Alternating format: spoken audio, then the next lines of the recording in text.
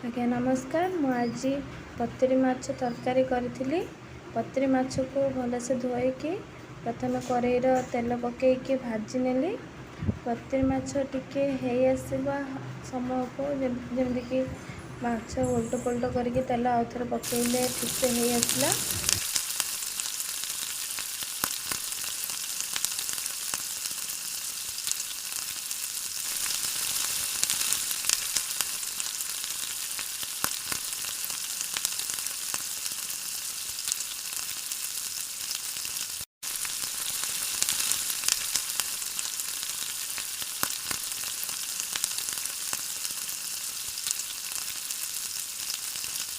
माछ एबे हे आसलानी मुझे काढ़ी नेबी।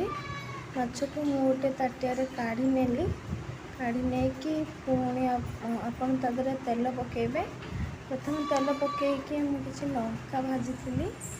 तापरे तरकारी पाई मु मसला करी सोरिष रसुण अदा पियाज लंका रोची जीरा एतिकी ग्राइंडिंग करी रखी थी। पूर्व मु देखे पारुनी ग्राइंडिंग जोटा करी ग्राइंडिंग करके कड़ाई पकईले तेल पकईकी ताको ठीक से कषिला परे आपण देखंतु मु बहुत समय कषिला परे मु आपण को रोची चिकन मसला चिल्ली पाउडर आपणकर गरम मसला पकईकी कषिबे आउटे कषिला परे आलू रखि आलू को छाणिकी पकईली।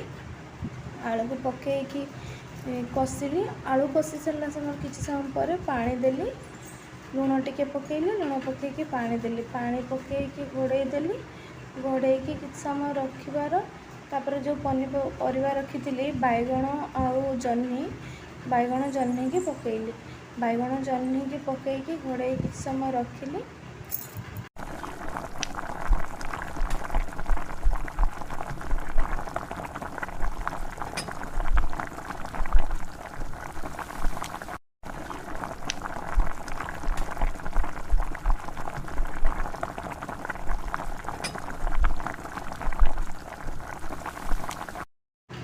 घोड़े देते बहुत समय घोड़ेला मोर बॉयल होता पनीपरिया मु माछ पकईली।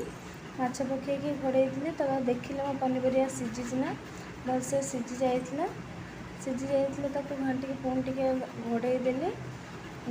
तापर मु पानी रखी पानी कषा टिके खावा मागिले मु कषा काढ़ी देली। तार पानी रखी पानी ताको देली।